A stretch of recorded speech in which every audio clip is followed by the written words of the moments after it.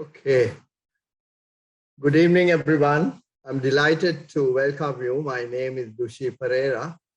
And today, on behalf of Ruk Rakaganno, I welcome you to 7th in a series of talk shows. We call it free talk shows. And we have been having this bi-monthly. So if you kindly put the agenda on, please. Yes, here we go.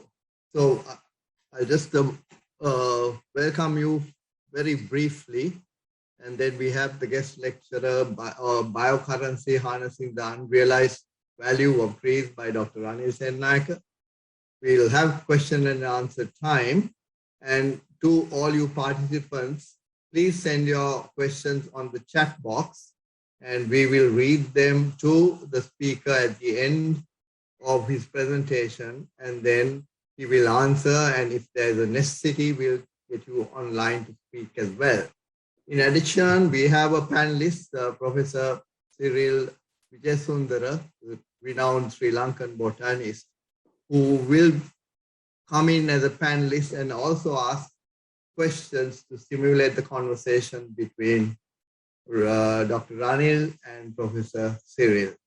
So that's the program for today, and of course a vote of thanks by Mr. Cyril Mandi before we knock off by 7. A little bit about Ruk Rakaganno. I think the slideshow presented showed a glimpse of our past, and presently we have these talk shows, bi-monthly talk shows, this 7th in a series, and of course we have ongoing reforestation project at Pudu Alipota, which is on the buffer zone of the Singharaja forest. So we just started planting. A token planting was done last Friday. One of the slides depicted that. And we are going to really start the planting from mid-December onwards. So that's one of our ongoing programs. And of course, there were several calls to me asking for tree walks, which we are hoping to have kick off at the Valley Park in Nugegoda, of course, once the pandemic situation clears.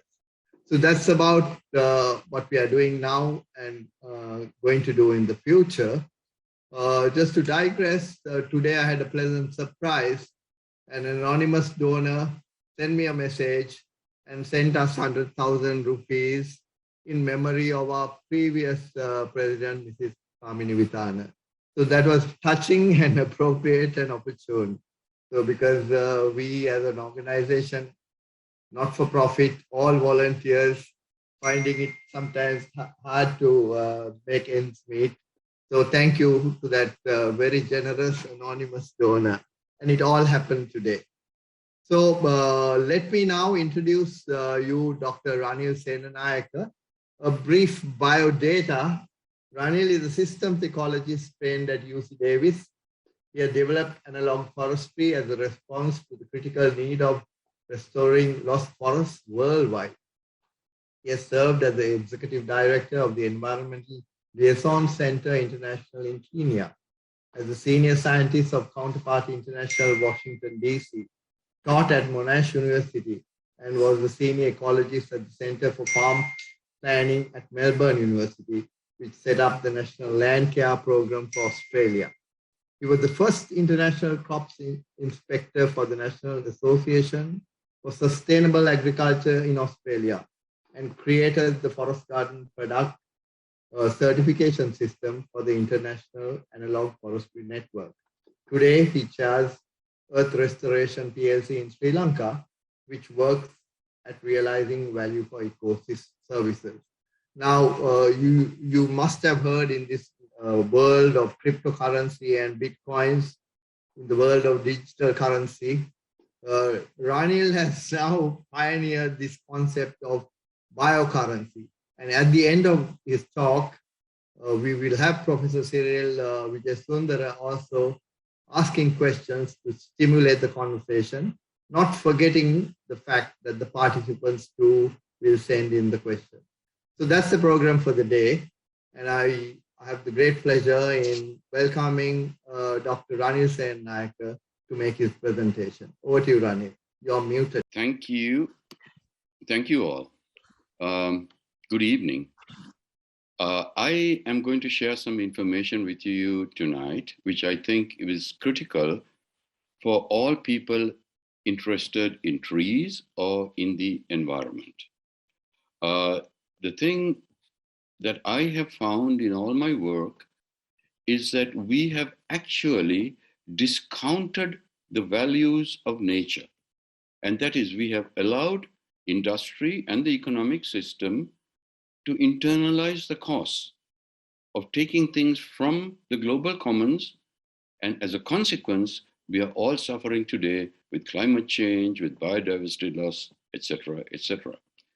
Anyway, to start my talk, I'd like to take you through a history of what a tree is and what a forest does, what a tree does, and the values that it has that we have generally ignored, actually, to our peril. So without ado, let me begin. Screen share. Can you see my screen? Yes, we can.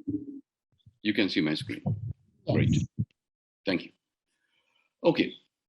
The unrealized value of trees. To do this, I would like to take you first through the formation of the trees, how a forest came to be. Trees and plants actually began just after the Cambrian explosion, and in the Devonian times, they begin to come onto land as land plants, and then it evolves on the land. When it started off, excuse me, here we go. Okay. The earliest land plants that started off were very simple things. They were lycopods and ferns. They had no roots. They just clambered on to the soil and just slithered and covered the soil. But in time, they grew taller, but they could not get height. They lacked height and branches, and they could not have deep roots because they could not get tall. Gravity kept on pulling them down. Now, at some time way in the late Cambrian, trees and plants discovered lignin. Lignin is a substance that makes the cells strong and allows height, branching, and amazingly enough, it is because of lignin the deep organic soils became possible for the trees to grow on. Today, lignin is the second most abundant biopolymer on Earth, and it is essential basically to maintain the global biotic carbon cycles. Now, the discovery of lignin led to an explosion of life on land. The lignin reinforces cell walls, and lignin allows liquids to rise up in the plant, and it allows waste to be carried out of the plant. Now, lignin basically gives us the substance that allows the formation of humic substances. All of you know what humus is. Excuse me. All of you know what humus is. It's this dark, earthy layer above the roots, and the organic component of soil is actually an ecosystem. It is this ecosystem that the plant develops that provides the energy to keep the plant alive and for us to keep agriculture going. But the thing that really keeps the soil alive are the roots of trees. All trees and their roots provide up to 20% of the total root weight. The total weight of the roots they put into the surrounding soil. Each species of tree provides different chemical compounds because many species of trees have distinct microorganisms, fungi, actinomycetes, bacteria associated with them. So this is why it's important to have a diversity of trees in a forest, because we need a diversity of these chemical compounds to start building up a healthy soil. Now, what's a healthy soil? This is really important, and this is one of the questions that has come up nationally before us in terms of organic agriculture, etc. Let me show you. 1 gram of soil, 1 gram is about enough to cover my thumbnail. 1 gram of soil contains within it a good healthy soil, may I add, has within it 1 to 2 billion individual cells of bacteria. It has, along with this bacteria, there is 100 to 200 million actinomycetes. These are ray fungi. Most of you know actinomycetes because ray fungi are the things, microorganisms, that work when it's very dry. And when the rains come, they release their spores. After a dry weather, when a rainstorm comes, some of you would have smelled the earth, the smell of the earth. That's the smell of the spores of actinomycetes. Okay. Sharing that same space with the bacteria and the actinomycetes, there's at least a kilometer or more of fungal hyphae, microscopic, but kilometer or more fungal hyphae. There are thousands of algal cells, nematodes, worms, collembols, microarthropods, etc.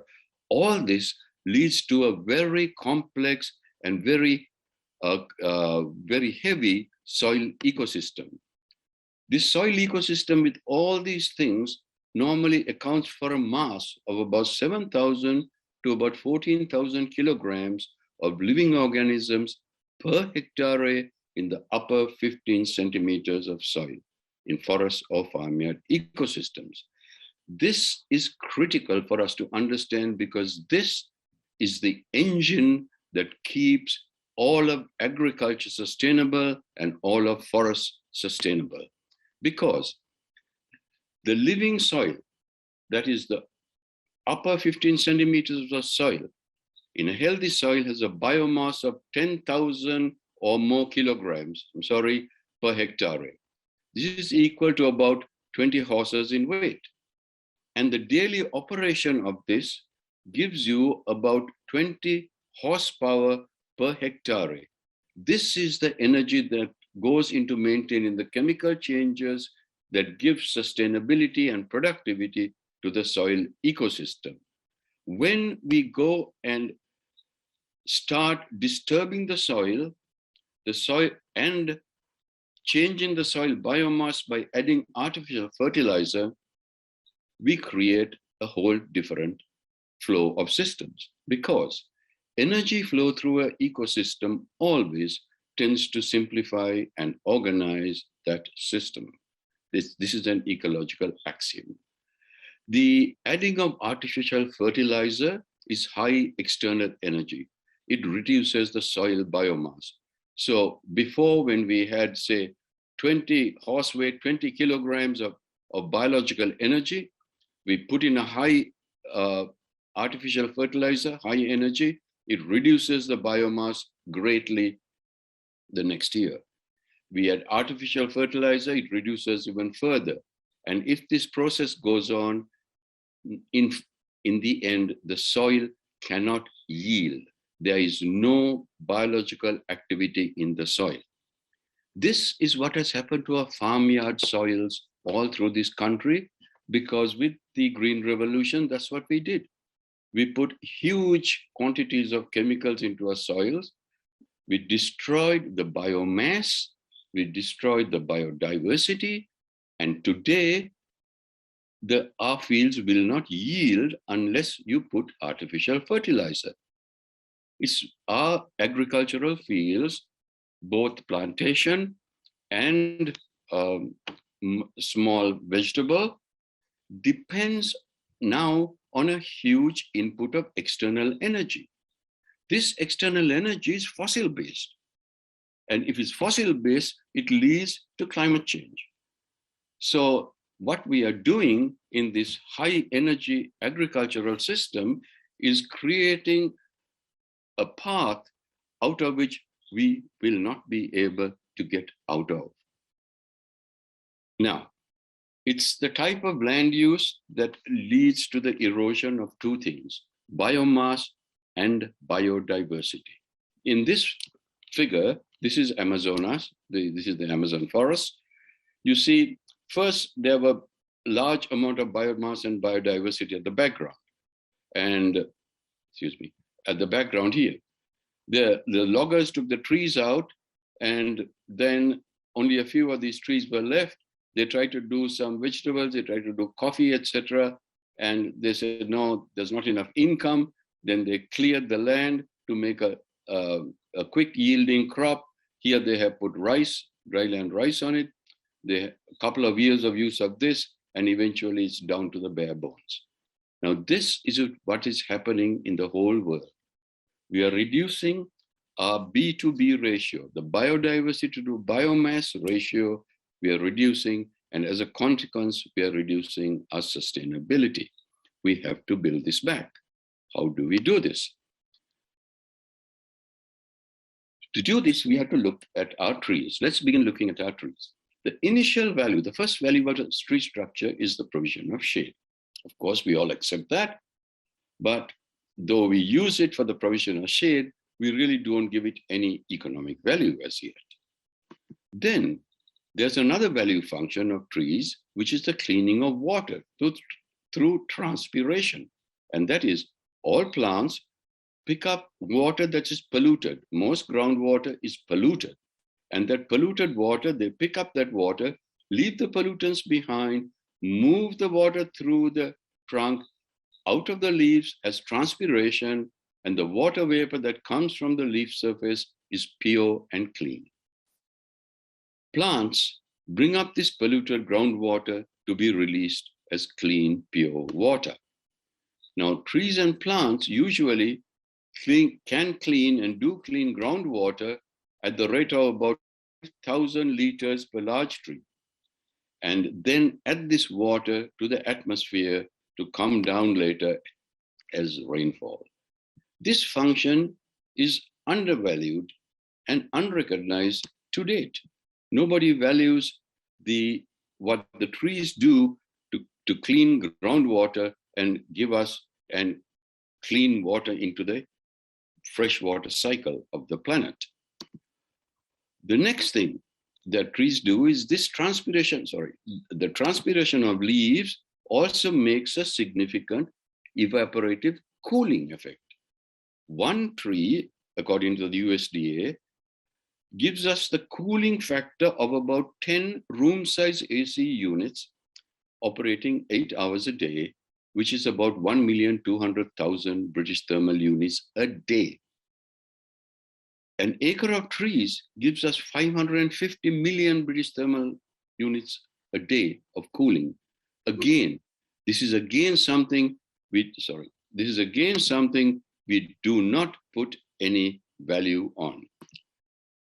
Next, we have the leaves of plants give out cloud condensation nuclei, without which clouds cannot form.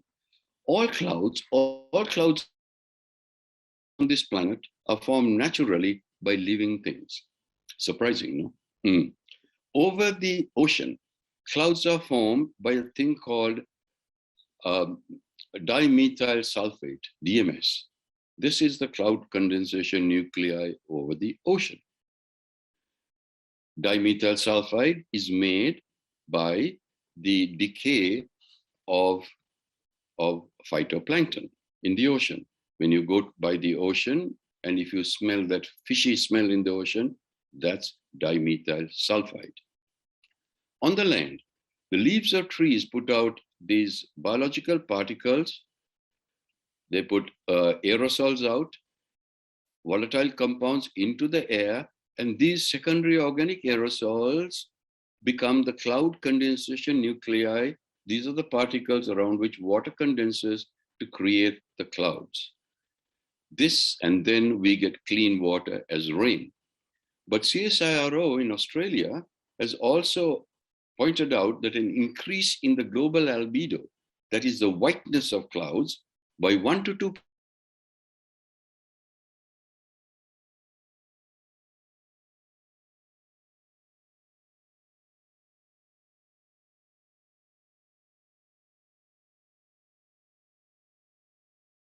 Another function, again, not given any value to date.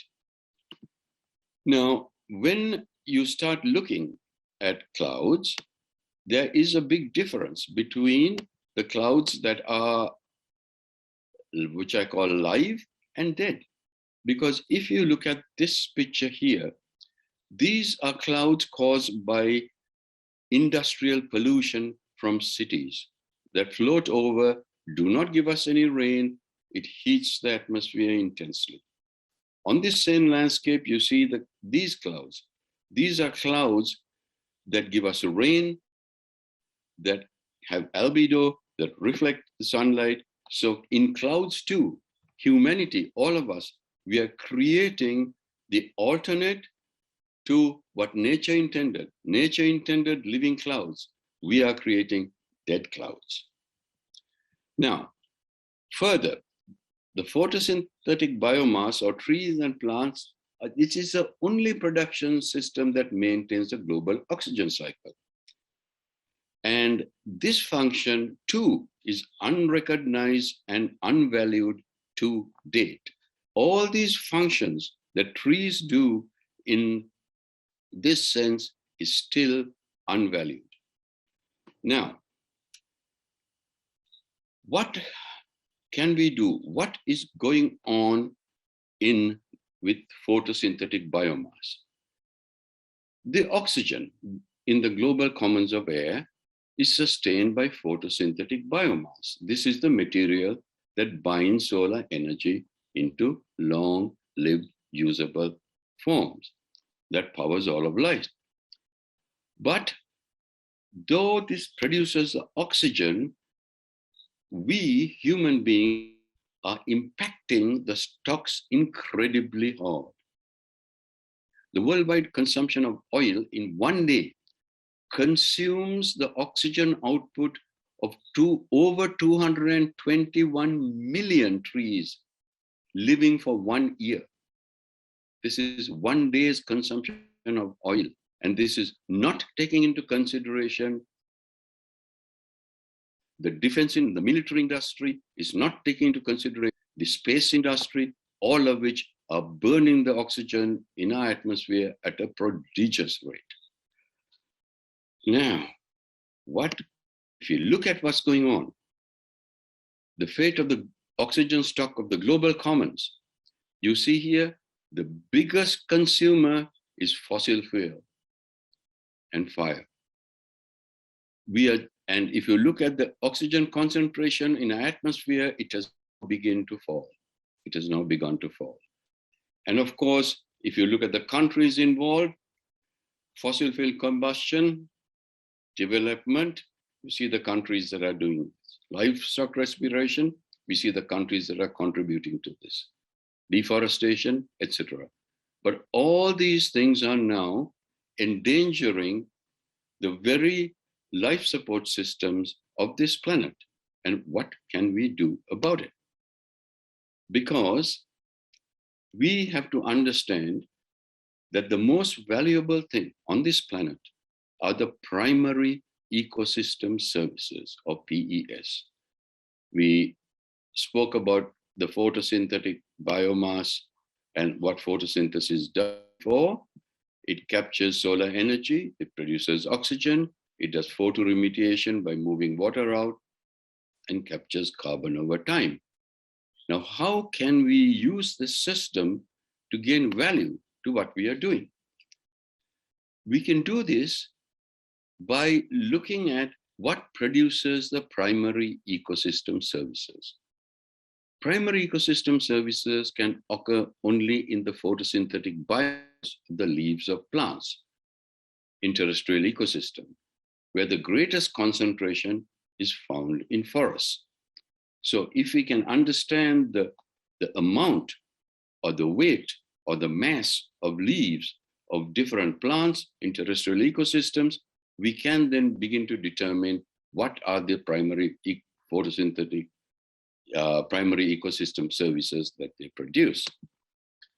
But this is complicated because the dynamics and the proportionality of leaf biomass is vary, and it requires much research on each species to be utilized. If we look at this and look at the difference between the roots, stems, twigs and branches and leaves, you find that all trees are not the same. There's a huge diversity, and there has to be research if you're going to understand this particular diversity. And not only that diversity, there's also the question of growth. Some species are fast growing, some species are medium growing, some species are slow growing. So we have to develop the curves, the growth curves for all the species we're going to work with to understand how fast they put on photosynthetic or how slow they put on photosynthetic biomass. To do this, we went out and started doing physical measurements, primary ecosystem services, to see whether they are verifiable. They are, because photosynthetic biomass is a valid proxy for the production of primary ecosystem services, and it provides a measure that is obvious and can be verified by simple testing. What is it? Just weigh the leaves. Here you see us in Myanmar going through the mangroves. We had to go to each age class, year 1, year 2, year 3, year 4, get a statistically significant sample, pluck the leaves off, weigh them to get an idea of the leaf mass and the curves, the growth curves, the leaf growth curves in the plants. We have now got 40 species of trees and plants that we have got the data for, and that's what we are working with right now.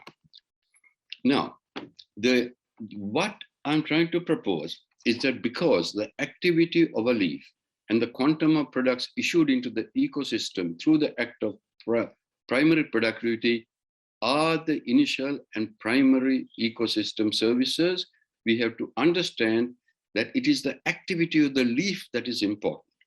Look at this photograph. Under the current economy, only the fruit has value. But that's also once you pluck it and send it to market. If there's a value for the leaves, it will be if you pluck it and send it to market. But under the economy that we are proposing, the leaves too can have value, but only as long as it is attached to the plant and doing the job of photosynthesis. You pluck the leaf, the activity of photosynthesis stops, and the value of the leaf for creating photosynthesis ceases. So we are creating, the current economy depends on plucking and cutting everything off, whether it be timber or food or whatever, and sending it to market. It's dead. It's processed to enter the marketplace.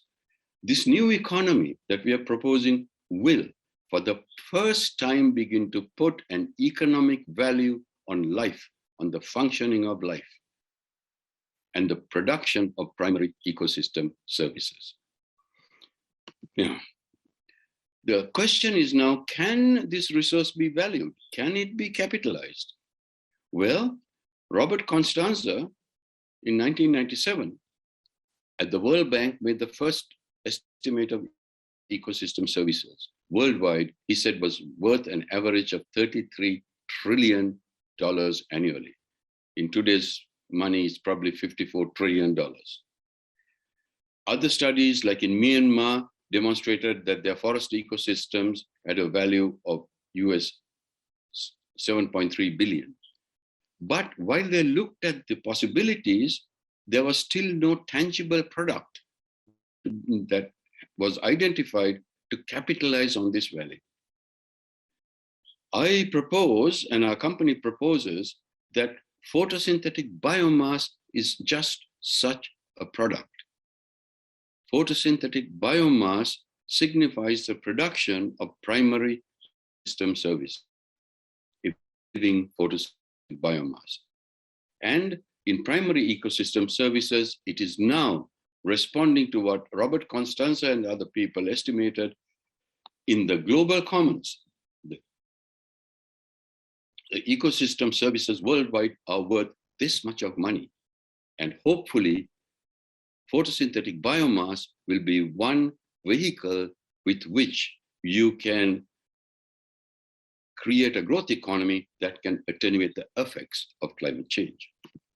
Now, to invest in the opportunities in primary ecosystem services, Earth Restoration is developing a whole system to create the opportunities. They're not only working with the photosynthetic biomass, they also work with the photosynthetic biomass, if you're planting, if you're creating, with a B to B ratio, a high B to B ratio, plus the weight of photosynthetic biomass. So this then refers not merely to just planting trees and plants, but for creating ecosystems that demonstrate growth and diversity. Now, how can we envisage this B to B ratio?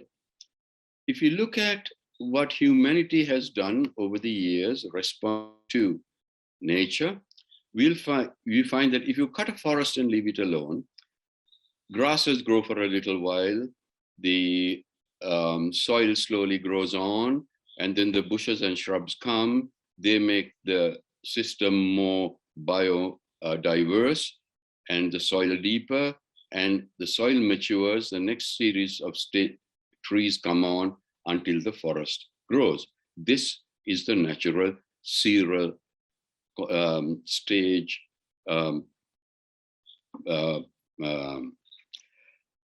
this is the natural serial progression of a forest. Human beings also have responded to this. Agriculture is analogous, similar to the first cereal stage. Why?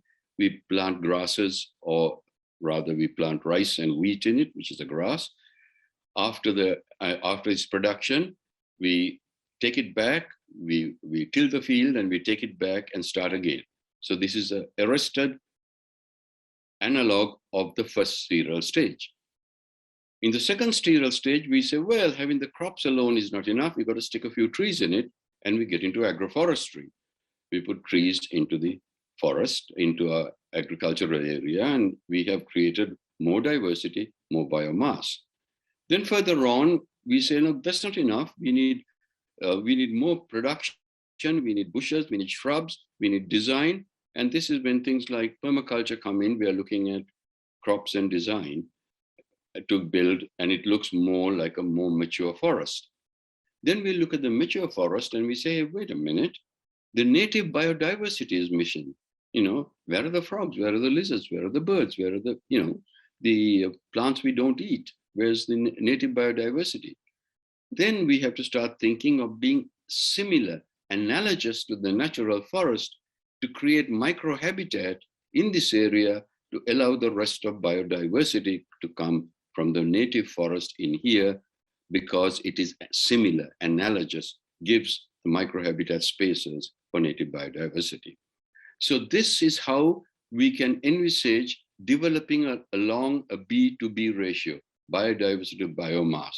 As the biomass increases, the biodiversity also must increase. So to do that, I'd like to share quickly something else with you, which is a system that we have developed called analog forestry. It's a silvicultural system that seeks to create a tree-dominated ecosystem that is analogous, as I said before, similar to the original mature ecosystem in two fundamentally important things. One is the architectural structure, and the second is in its ecological function.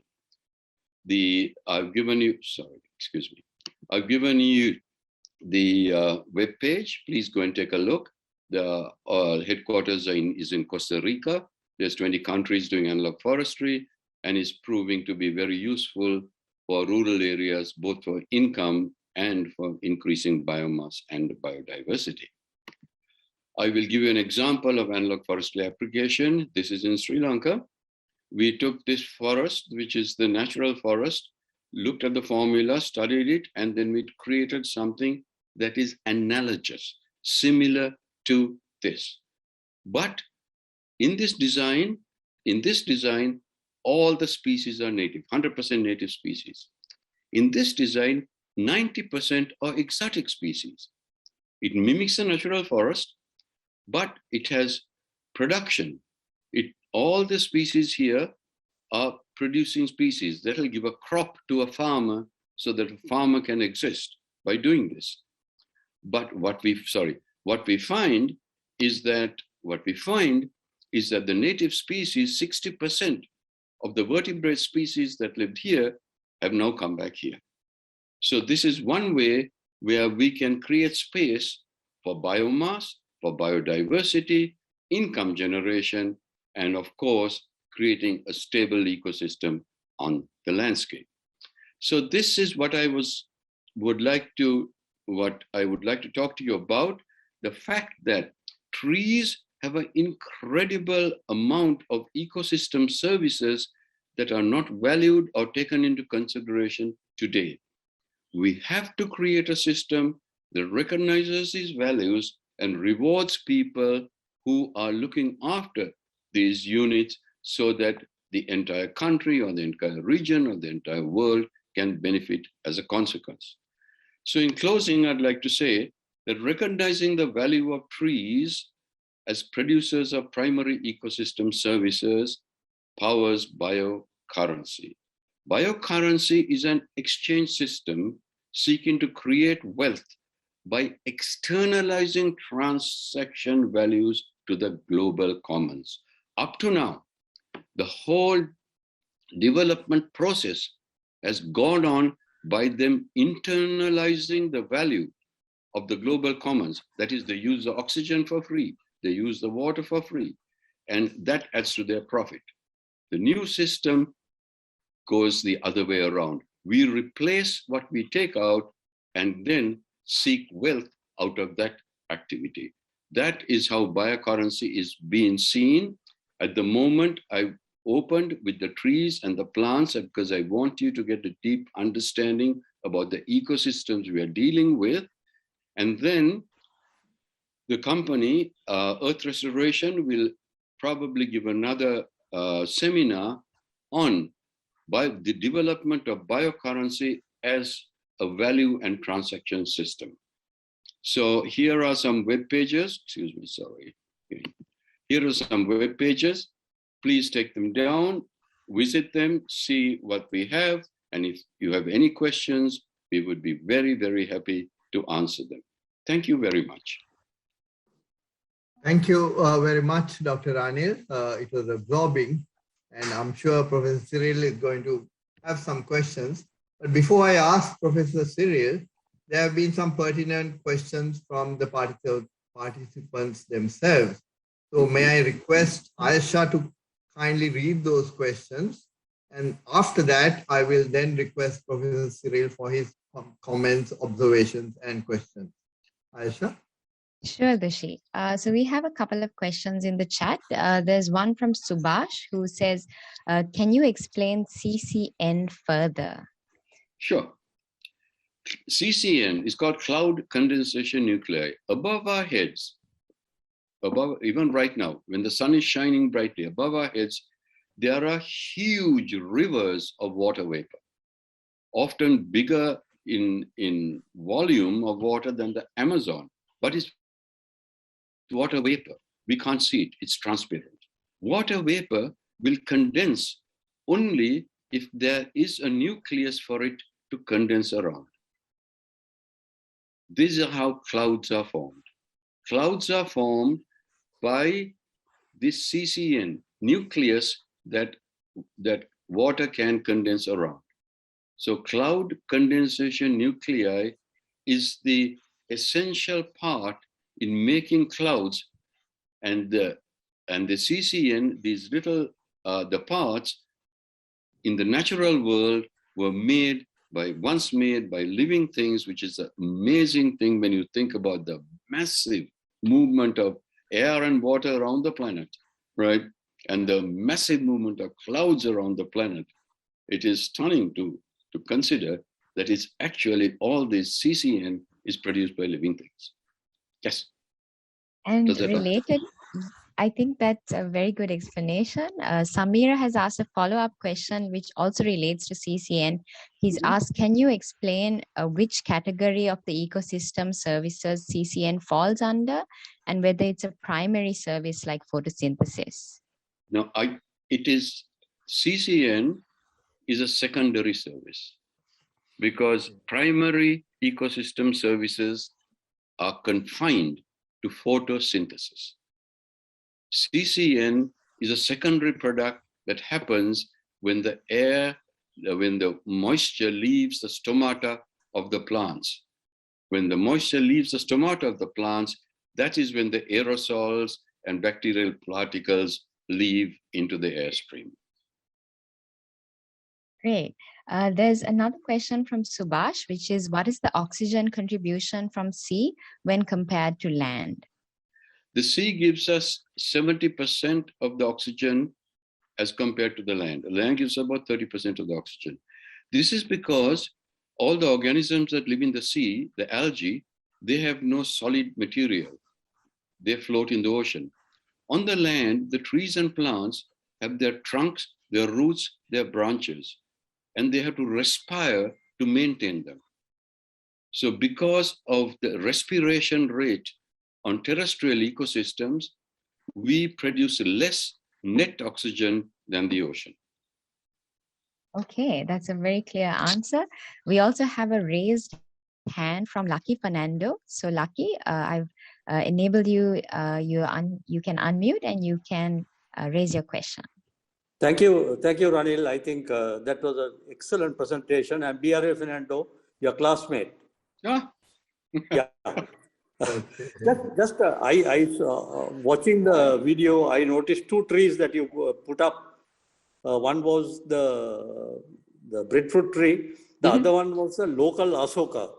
Now, was that by implication very much?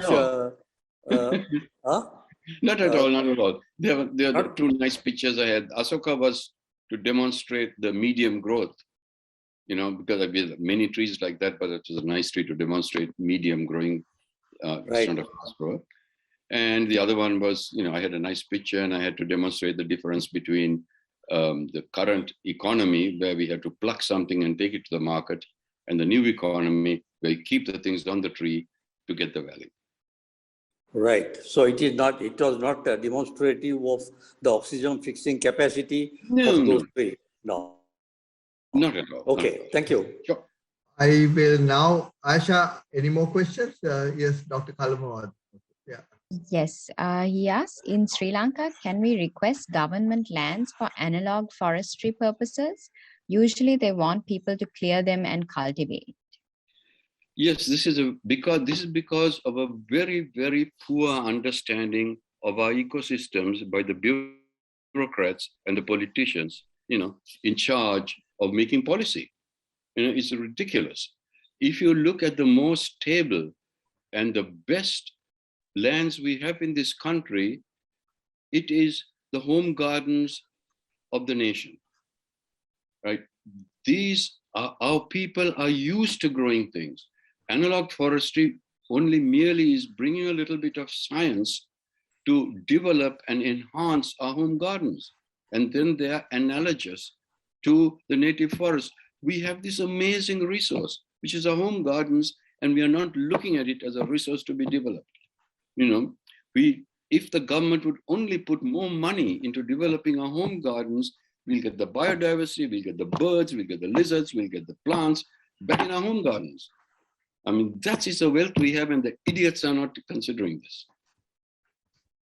So if I can ask you to follow up on Dr. Kamalwardhana's question, can a person like Dr. Kamalwardhana contact your company and process his resource into biocurrency? Just contact the company and see what we do. We'll talk to him happily. Of course, all landowners.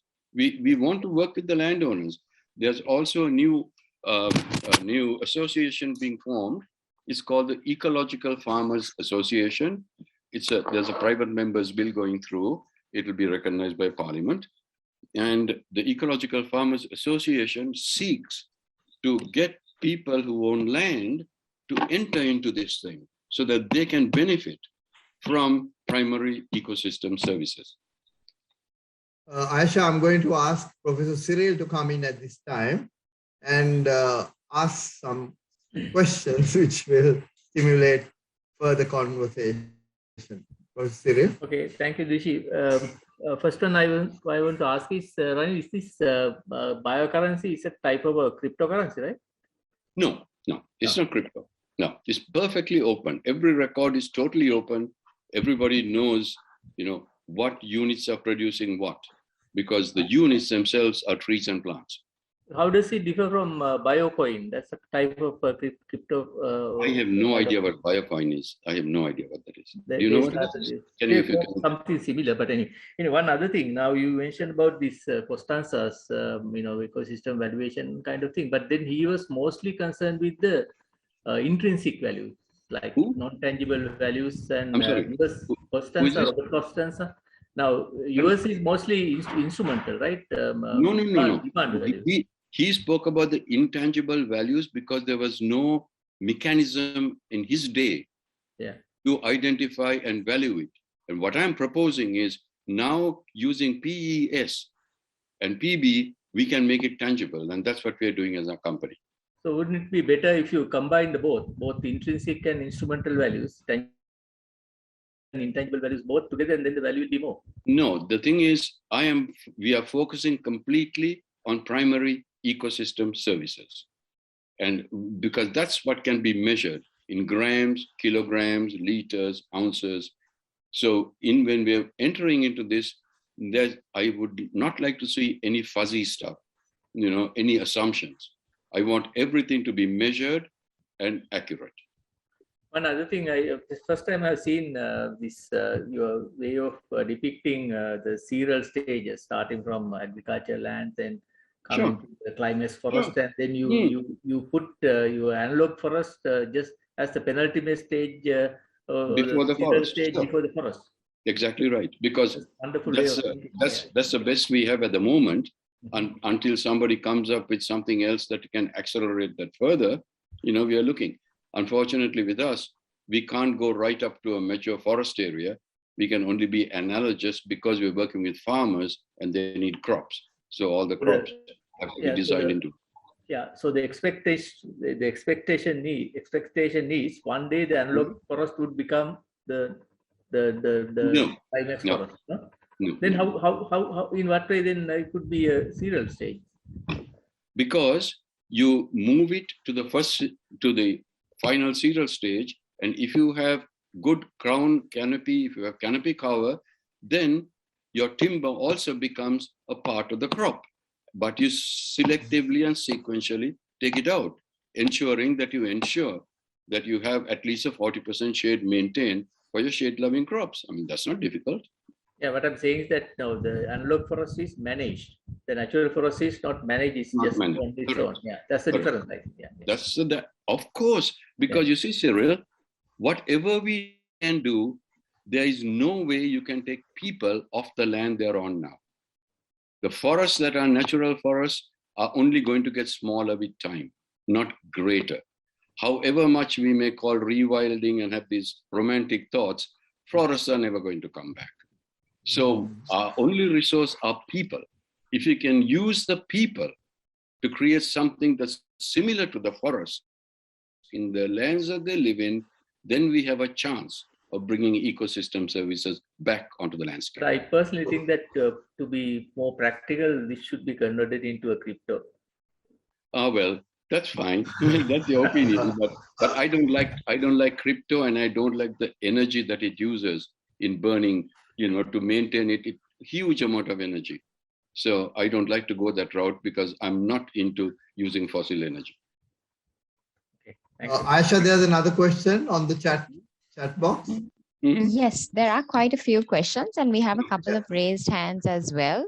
Okay. Yeah, we'll ask the questions first. Yeah. Okay. So let's start with Shireen Amendra, who has said, will there be dietary changes? Would people shift from cereals and rice to fruits? Actually, we can get our carbohydrates and our sugars and our proteins from tree crops. You don't have to get it from animals.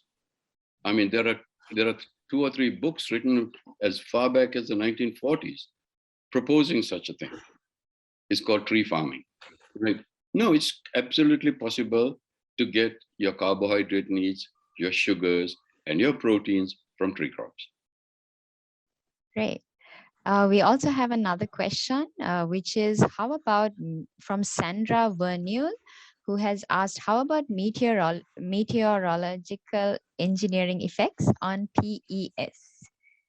Well, I mean, primary ecosystem services is the functioning of the leaf of a tree.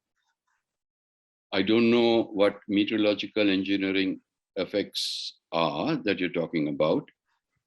If it's putting shade or something right over, creating, stopping the sun's rays coming down, then it will certainly affect the production of. But if sun's rays continue down the plants themselves, whatever engineering things they do will not have too much of an effect on PES. Okay, we also have a question from Satish Arnold. I see he has raised his hand as well, so I'll allow him to speak. Satish, you can unmute and you can speak. Ranil, I know how you visualize the globalized adoption of biocurrency. Do you think multilateral organizations like the UN system or global financial institutions should comprehend, assess, adopt, propagate the biocurrency system to start deriving the benefits of vegetation and mitigating greenhouse gases? Satish, I've thought about it a lot. I mean, since I've worked with the UN system and the international system for so long, I know that if a concept like this goes in there, the bureaucrats it'll be smothered. It'll be another 10 years before it sees light of day. So I'd far rather, and that's what we're doing now, deal with individual investors, deal with small companies who are investing right now, and by doing it, create the example and create the experience, and they will have to come to us to look at this thing. So rather than begging before them, I would rather stand and do our work on the ground, prove everything we are proving, right? And then if they want to work with us, we will say how we want to work with them. What would happen if I'm in Canberra in Australia. What would happen if I went to the Australian National University, which I know very well, and said to them, this is Ranil's work. And I asked the systems ecologists there, can you study this and give us an assessment? I think so. Not only that, I also recommend that you go to the NFA, National Farmer Association of Australia. National Farmers Federation, NFF, of Australia, because the farmers are with their backs to the wall. Their crops are not giving them, they're just breaking even with this. And combine this with land care, they've got a program, the land care program. We could, get those farmers out of debt. We could give the farmers a better income. Fantastic, yeah. So I could contact them. Since you're in Canberra, please do. And I'll be happy to help. Yeah, great. Will I be able to get this whole presentation with your overheads? Sure. I'll send it to you. Okay, thanks. This presentation will be recorded and available on our website in a week's time, plus also on YouTube. As we go along. I have one question for Professor Cyril, stemming from what you said. Now we have our own ecological forestry forestation project at Udvalipota on the buffer zone of Singaraja. So, Professor Cyril, do you think we can introduce analog forestry as an intermediary step towards the restoration? Well, maybe a part of that can be selected for analog forest, because since we have already started with planting in block 1, maybe one or two blocks we can reserve for analog. Right. So if you looked at the slideshows which Shirani presented before our talk, or even Ranil, you would have seen our site with GPS markings, and also the second slide after what was shown, we have divided this whole site into different blocks. So maybe we can try out one block with analog forestry before total restoration of reforestation. Yeah. Yeah, perhaps, Sure. perhaps we can select a site at the periphery, closer to the village, so that will be beyond it. Yeah. Yeah, exactly. Mhm. Anyway, any event we Cyril, if I may just contribute a little bit here, right, Sure. for what we're doing. I'm great, man. I'm really happy with what you're doing. Please do. And but I see what you're doing is trying to bring back as the native biodiversity as much as possible. Sure. And analog forestry deals not only with exotic species. Analog forestry also looks at the natural maturation of the native forest, and by choosing the right species to build the soil up and to bring in the genes from outside through organisms, we design the plants that we're going to put in a thought out design that accelerates natural regeneration. That might be useful. If you want, at Belipola, I mean, there's regular trainings going on. Send some of your kids across, and we'd be happy to train them and send them over. We'll do that. Yeah. Yep. Aisha, any more questions? Yes, Subhash has asked a question. He said, as per COP 2021, all developed countries need to reduce carbon dioxide. Is there a way of trading if we have net oxygen? Well, it's the whole deal with carbon trading is a total scam. It's a lie. It doesn't work. Please consider all the carbon that we burn as fossil fuel is at least 100 million years old. Okay? It goes into the atmosphere and is joined with a molecule of biological oxygen that a tree has produced. But this is new carbon dioxide, and that's why we have the problem we have. Now, we are told, okay, carbon dioxide, fine, plant a tree, the tree will suck it and tie it up. When the tree dies, what happens to that carbon? Does that carbon go back for 100 million years? It doesn't. It goes back into the atmosphere. So whatever money you spent, to counteract the fossil carbon, it can never happen. It's a scam. So be careful. Just to add something on COP26, we have a very inspiring video footage of Sir David Attenborough addressing the world leaders at COP26. And I'm going to ask Aisha to play that at the end of our presentation. So when we have our thank you and say good night, please and listen to Sir David Attenborough, his inspiring opening address at COP26. Joshi, yes. I'd like to point out when you said COP26, at COP21, Sri Lanka issued a thing called a Sri Lanka country statement, where we pointed out that the temperature was going beyond the levels of where photosynthetic biomass will decompose. And we have pointed out there's a difference between fossil carbon and biotic carbon. But because the bureaucrats in the ministry were not a part of making that statement, they have ignored it for 5 years. Right? We have gone to COP26, they still haven't addressed these questions. Right? That is, the questions are the difference between fossil carbon and biological carbon, right? The primary ecosystem, not giving a value to primary ecosystem services, and the fact that most of the world is going to go beyond 40 degrees very soon, and there will be no food production because photosynthesis starts ceasing at 38, 39. And Sri Lanka made this statement. The president's delegation made the statement in Paris at COP21. But for 5 years, the whatever they call the climate change secretariat in our ministries have ignored it. Right. Aisha, we have 2 raised hands. We have also 1 hour down the line. So we'll make it very brief and then entertain those 2 raised hands. Okay, shall I allow Mr. Fernando to raise his question? Once again, BLR, yes, very short and sweet, please. You can unmute Thank and you. ask your Thank you, Ranil. You know, I have a small coconut property, and I have been trying to do this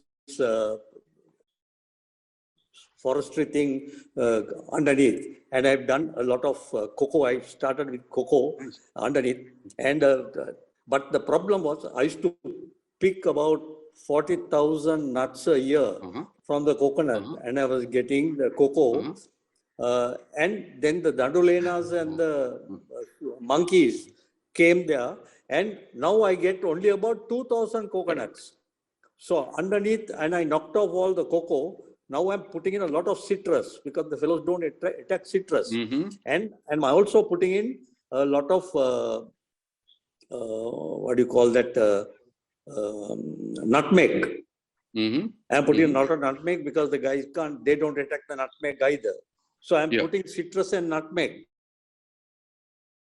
underneath, and it's giving a lot of canopy. But the downside of getting the natural environment and getting these animals in, it's partly because of the cutting of trees in the area and breaking up of land.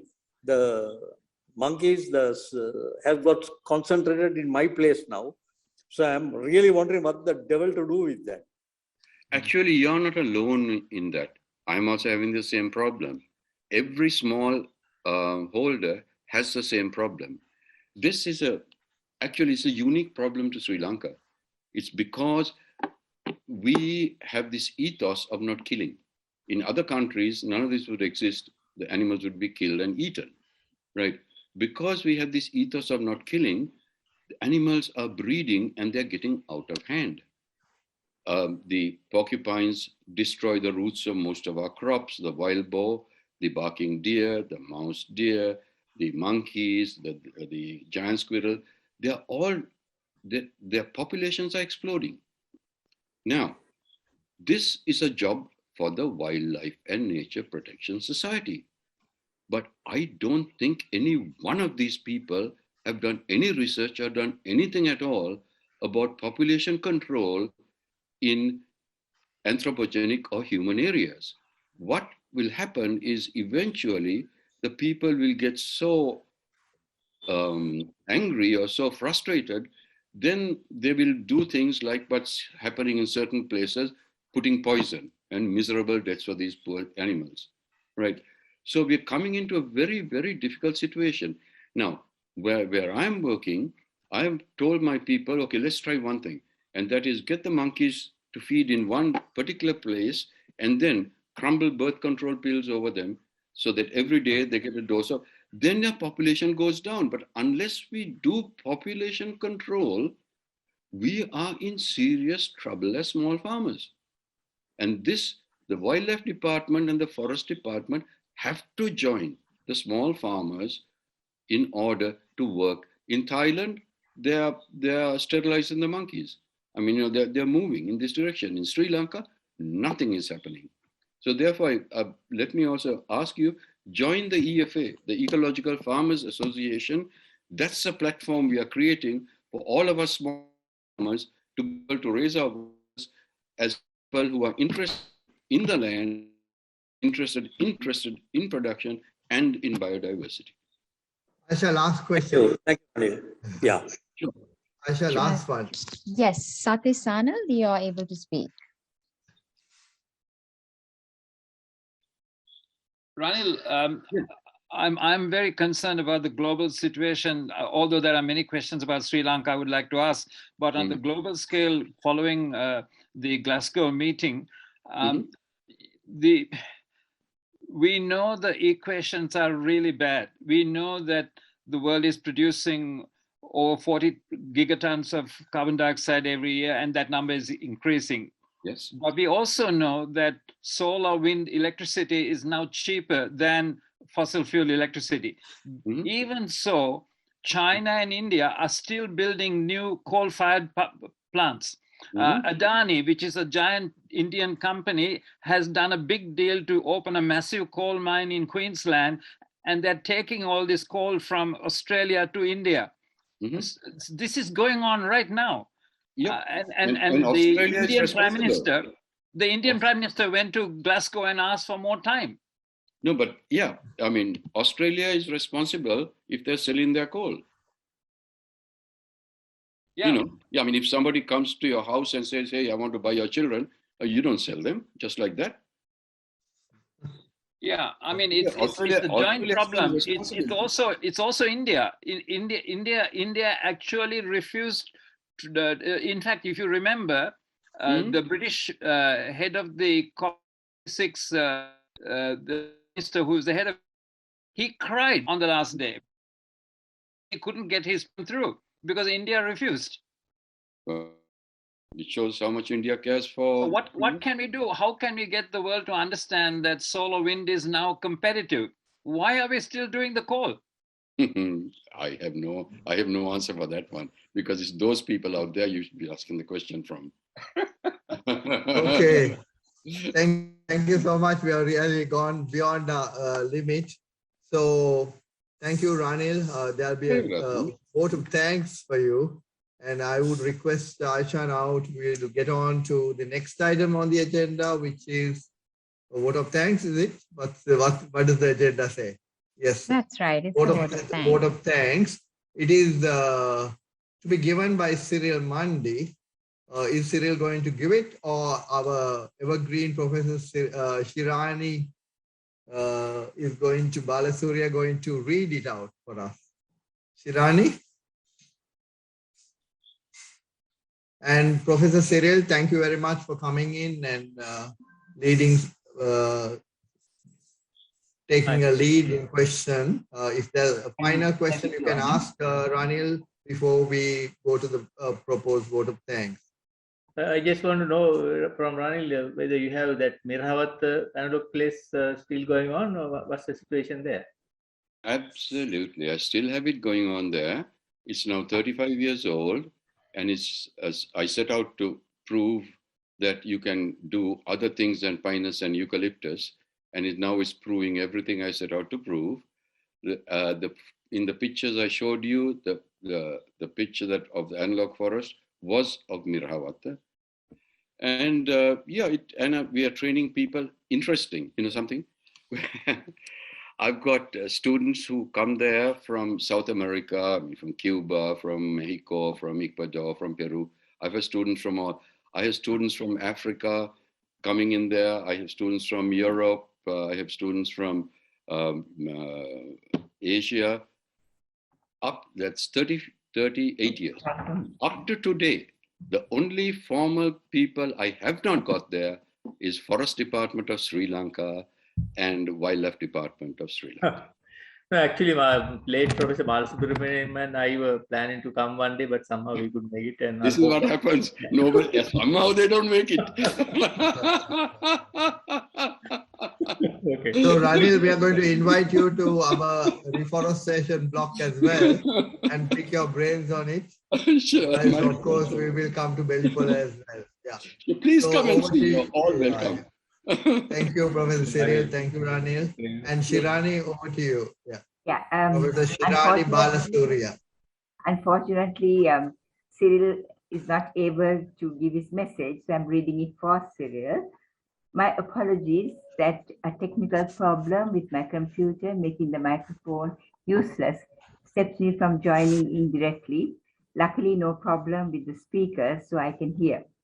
I would like to thank Ranil for the presentation today and the many over the years. I first met Ranil at Ruk's AGM in 1996 when he gave a lecture and entertained us with many good ideas on analog forestry, among other ideas. Thankfully, he has remained as committed to the environment and roots to this day. For all of us, it is a constant battle to ensure we do not lose what is most valuable in Sri Lanka, our nature and environment. Ranil has been a leader in finding a solution to the continuous degradation of our environment. His work on analog forestry has helped us see a solution. Having visited his home in Bandaravalam and enjoyed this work he has done throughout his 35 years, he brings some of that to us today. When I saw his lecture was about the value of trees, I was concerned that we would hear more about how our political leaders have sought to get their hands on the value. However, their term biocurrency did make me think the lecture would be more into the much destructive system of so many companies pretending they are buying off their pollution by planting trees. Hopefully, we have now understood that these issues must better and are very grateful to Ranil on enlightening us on how to create a permanently better environment and not burdening these to the generations to come. Thank you, Ranil, for your time and effort for Sri Lanka and today in guiding us in how to move forward. Thanks to Dushi and Shirani, Professor Cyril, our panelists, Randy for the outstanding posters, Aisha, our moderator for all our events, and others at Rooks who have made this lecture possible. Thanks also for making the forestation. And I add that I'd like to thank the attendees for being there for us, supporting the event. And the series continues. I'm not sure if that gives Rooks a position balance in their Biocurrency account. And that's the message from Cyril, a vote of thanks on behalf of Ruk Rakaganno. Thank you, Shirani. Very nice. Thank you, Professor Cyril, for being a panelist and asking questions, and very especially Ranil for your very, very informative and thought-provoking speech. I was happy to note that we have gone international and we had some participants from outside Sri Lanka. So that's also very encouraging. So a very good night from a warm Colombo. And also please stay back and listen to Sir David Attenborough in his inaugural address to COP26. Quite inspiring, where he says, charter our own carbon footprint. Good night, and we'll see you again soon. Aisha, please put on the video. Thank you. Your Excellencies, delegates, ladies and gentlemen, as you spend the next 2 weeks debating, negotiating, persuading, and compromising, as you surely must, it's easy to forget that ultimately the emergency climate comes down to a single number: the concentration of carbon in our atmosphere. The measure that greatly determines global temperature. And the changes in that one number is the clearest way to chart our own story, for it defines our relationship with our world.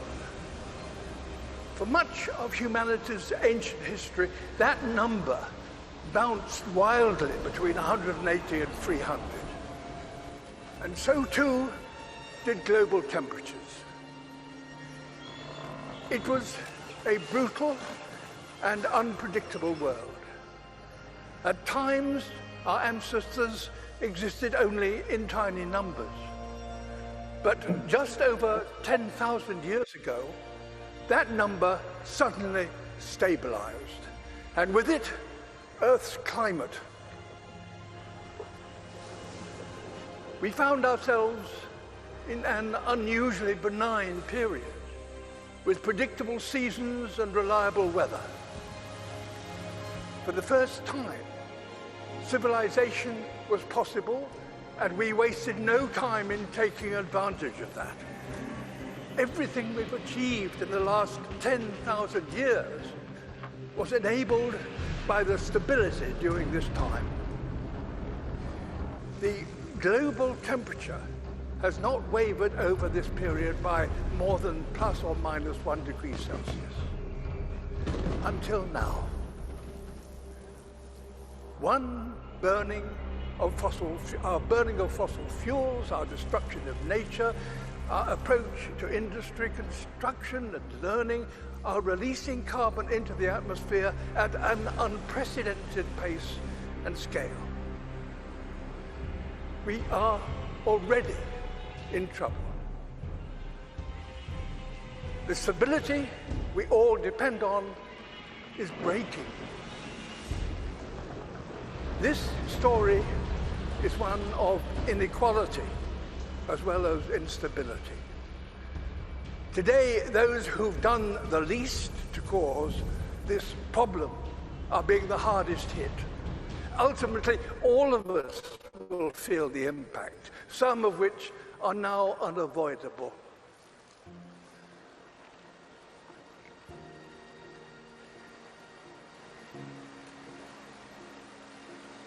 My world is melting. You think you have control, we actually have no control.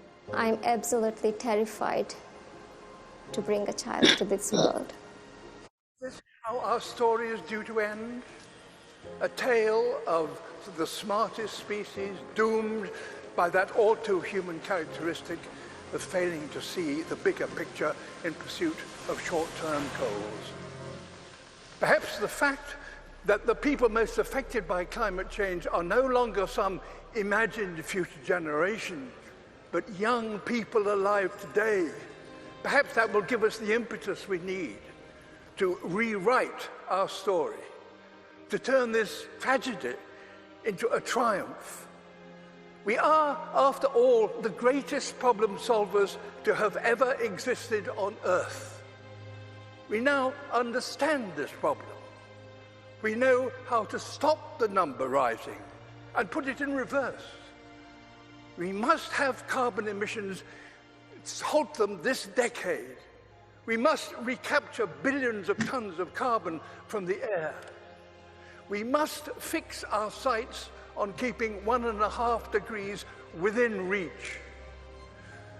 A new industrial revolution, powered by millions of sustainable innovations, is essential and is indeed already beginning.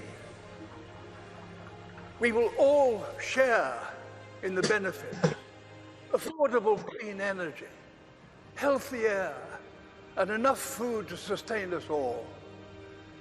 Nature is a key ally. Wherever we restore the wild, it will recapture carbon and help us bring back balance to our planet. And as we work to build a better world, we must acknowledge no nation has completed its development because no advanced nation is yet sustainable. All have a journey still to compete, so that all nations have a good standard of living and a modest footprint. We're going to have to learn together how to achieve this, ensuring none are left behind. We must use this opportunity to create a more equal world, and our motivation should not be fear, but hope.